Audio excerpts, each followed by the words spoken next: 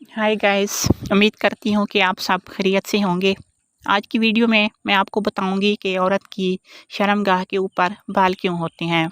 Video शुरू करने से पहले मेरी आपसे यही दरख्वास्त है कि मेरे चैनल मोहब्बत की दुनिया को सब्सक्राइब कर दें और बेल के बटन को दबा दें ताकि हर आने वाली वीडियो आपको मिल सके। गेंटर के मुशाहिदे के मुताबिक ख़वातीन में शर्मगाह के गिर्द तमाम बालों को साफ़ करने का रुझान बढ़ रहा है। इसके ज़रिए इन बालों में मौजूद गर्द को बेघर तो किया जा सकता है, लेकिन ऐसा किया जाना ये इस मकाम पर बाल गिरने का बायस बन सकता है। जब आप वैक्स या शेव या किसी और तरीके से बाल उतारने की कोशिश करते हैं तो आप अपनी जिल्द को तकलीफ़ में मुब्तला कर रहे होते हैं। इन ज़ेरनाफ बालों को सफाई के बायस हम इस जगह पर कट और इन्फेक्शन देखते हैं।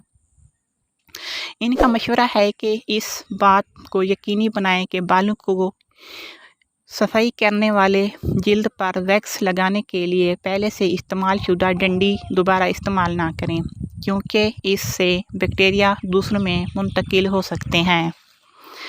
अगर आप शेव कर रही हैं तो साफ़ रेज़र इस्तेमाल करें और इससे कबल जिल्द को मुनासिब अंदाज में इस काम के लिए तैयार करें।